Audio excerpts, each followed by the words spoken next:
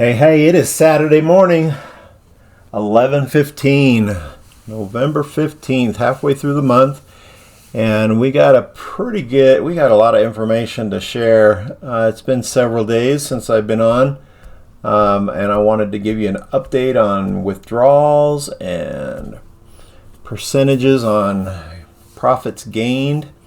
Let's start with DSJ. So DSJ I took that $3,000 out on the 11th, and that's the one that I showed you guys on the 11th, and it went through very smooth. I was able to withdraw that. They of course took the 12% out, and by the time I got it with all the fees and everything, it was what was 3,000? It was so $360 that came out right off the top. And then about another $100 to get it to my bank type thing. So yeah, there's fees everywhere. So that was always a kick in the shorts. Even though PipLogic takes it out at the front end, even though they take more out, it sure feels different when we take it out of DSJ and they take it out of the amount you're trying to withdraw. And with PipLogic, you take out 3,000 and you get 3,000 in your wallet. It just feels different for some reason. And with DSJ, it went down to 87.54. That was my first trade after I took out the $3,000. So 87.54. And since I already did my first withdrawal, this one I just put in. I didn't have to, communicate with Elena on Bond Chat, and I didn't have to do any of that. I just put it in, and then probably about an hour later it was gone from this account. I'm like, well, there it goes. And I checked my other wallet, and it showed up in my wallet balance. So that was nice and smooth. So I started out with 87.54 after that withdrawal. So with the percentage that I made up until I withdrew, it was 4.7, and then I made 3.6 for the rest of the week, and I'm counting tomorrow or today's trades too. When you go up here, you can see the P&L, and it's going to be a little more than this, but I always just count that, so I kind of undercut it. So it's like 8.3% for the week, which is wonderful. I love DSJ. And as long as it keeps paying my mortgage, I'm going to be happy. So this one is definitely something you can get involved with if you wanted to join me on my journey. With this one, I think we'll move over to PipLogic. Now you'll notice I said PipLogic. So I heard back from the back office, Paul, and I was asking him some questions about withdrawals, and when I did that, I was talking about how I want to show people that are, on my YouTube channel about how to withdraw, and he sent me back, oh yeah, this and that about the withdrawal, and then he said, and then he came back on and left me a voicemail, and he's like, so since you are an influencer, he said, just so you know, we've got like a special, work through or workaround with them that shouldn't get involved with, any kind of regulation people. Like they cater to the rest of the world basically, with a few exceptions of different countries, but US is one of them. But they do have some kind of workaround. So he's like, I would really appreciate it if you wouldn't use their name on any of your videos or show their back office. And I'm like, work. So I had to put on the brakes. And so I will still be showing you guys my earnings, but I'm going to be calling it PipLogic the whole time because it is PipLogic. And I won't be explaining it like I am now, just so that it's, the videos are just talking about DSJ and PipLogic right now, but just know that it's on that other exchange. And if anyone ever wanted to join it, you just have to email me if you wanted to follow my journey with me and join my group. For PipLogic, you just have to email me, okay? And use the email in the description box below. So I'll just bring this dashboard back up, which is the PAM account, and we'll keep sitting here looking at this pending withdrawal until it zeroes out. That would be excellent. But PAM Bridge has, you know, several other master accounts, which we see right here. So I mean, they've been around for quite a while, and they're still around now. I mean, we probably were one of their bigger customers, but we were only here for, you know, 10 months, and I'm sure it hurt them, but it shouldn't be to where they just kind of do the whole rug pull thing, because that's ridiculous that they're established and people are still using them. So we'll just patiently wait for this, and I don't know if someone might have an avenue of having some kind of legal action come against them, then we can all join in and petition them to either send out our money or we're going to sue them type thing. And that's definitely not fun to talk about, because it might take forever to do it. It's never a fast thing. But anyway, I'll keep bringing this up and talk about PipLogic, but know that it's not here anymore. It's on the other platform that is going to remain verbally silenced for now.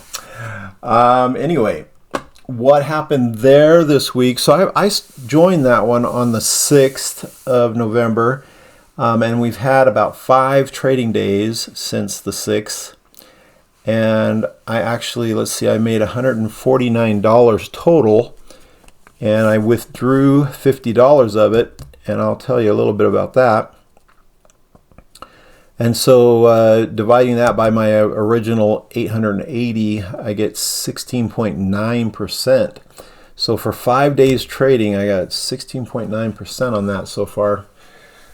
Too bad I couldn't get this PAM balance over there. That'd have been nice, but still, it'll grow from there. It'll just keep on growing. So that's 5 days. That's like 2 weeks of normal trading for PAM, even when we're over in PAM, and we're already past, like way past what we've had the last few months with PipLogic. So very happy with the new platform.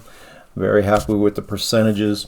So with the withdrawal process, I know the last video I said, oh, I'm going to make a withdrawal, and then there was kind of a cut there because it wasn't going through, and so I was going to be doing more figuring out on how that happened, because they have e-wallet and bank account as options. But then when you click on it, it gives you 3 options, which is a crypto wallet. And I'm like, well, I want my crypto wallet. I want that to be one of the options. But for some reason, on the platform, it says bank information or bank withdrawal or e-wallet withdrawal. And you click on the e-wallet options, and it has all these places from India and somewhere else, you know, around the world. And so I was really bummed. But then I saw the crypto one, and I filled it out, because you have to pre-fill it and make sure, you know, they can test it and make sure it's right. So I put my information in there, and when I clicked on it, it said, you know, pending approval type thing, and I said, okay. And then like about an hour later, I got an email that said, hey, your crypto wallet was approved. And I'm like, oh, great. And so I went back and tried to do the withdrawal, and it wouldn't come up on the drop down menu, like you hit the drop down menu, and it wasn't an option. And I'm like, oh, what is going on? And so that's when I checked with Paul. There wasn't really any like direct, I don't know how many people have withdrawn from it, especially with Pip, and so there was really no answers. And I'm like, oh. And he was kind of like, we'll have to figure it out, let's figure it out. And he'll talk to his back office people and stuff like that. And then so I went to work, and I get home like real early in the morning, but they also show those emails that say that site is updating. Like there's like this updated, type of thing every night, just about. And I went back and I said, oh, before they start trading, I'm going to move that $50 back into my trading account. And so I went back to that platform, and when I looked at it, I said, hey, let me just check it one more time, because it's after the updating. And when I checked it, all of a sudden my crypto wallet showed up there as a withdrawal option. And I'm like, oh, sweet. So it's not just bank or e-wallet, but also a crypto wallet. So you just have to set it up and then wait like 24 hours for them to actually update the system, which they do nightly, it looks like. And then after that, then you have that option. And then when I put it in, it went really smooth. I put my bank or my crypto wallet address in there. And again, that was probably within an hour, I got my withdrawal in my wallet. So it was very smooth, very fast. So both of these went really, a lot faster than PAM. So PAM, you get it out and try and put it to your wallet, and it's like 24 hours. And then from there, you do a pending, and it's pending for 24 more hours. At least that's what it was before this whole debacle. But you'd get it like within 48 hours. But sorry, I couldn't show that whole process. I will make a video about it.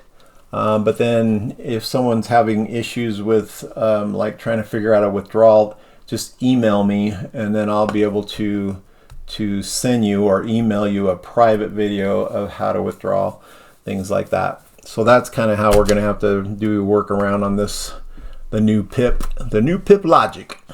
But with the percentages, it's kind of worth it. So I'm happy with how it's going right now. I just wish I could, take this over there and start making a lot more money, but it'll grow. So we'll have to figure that out. And the whole KYC and why it takes so long for them to approve the KYC is kind of weird to me. It's like you have to email them a couple of times before they go, oh yeah, yours approved. I'm just like, why aren't you just approving them? You have to prod them or something. Anyway, so we're good with withdrawals on both accounts. They're both making lots of good money. This week alone, we're looking at. So this week it was at 10% a few days ago for PIP, but I did that from the beginning, and so it wasn't like the actual week this week. But this week it was more like 12% for this week, and then 8.3% for DSJ. That was a really good week, probably my best week yet. And only because PipLogic is making twice as much as they used to. So that's kind of nice.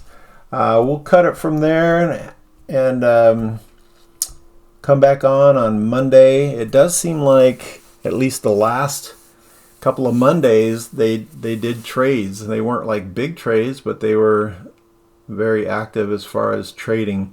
And it seems like they really trade in the after hours, like the early morning trading, even like way before the market opens. I don't know if it's because it's a little more tranquil. It's not like super aggressive, and they can just put a move in and make some money and get out and then have the rest of the day. So unless there's maybe one of the traders is on the other side of the world and doing some trades when they're awake, and it's usually in the wee hours of the morning for us here in the United States. Anyway, that's going to do it for me today, and I will talk to you on Monday, hopefully with both of them trading. Okay, talk to you later. Bye.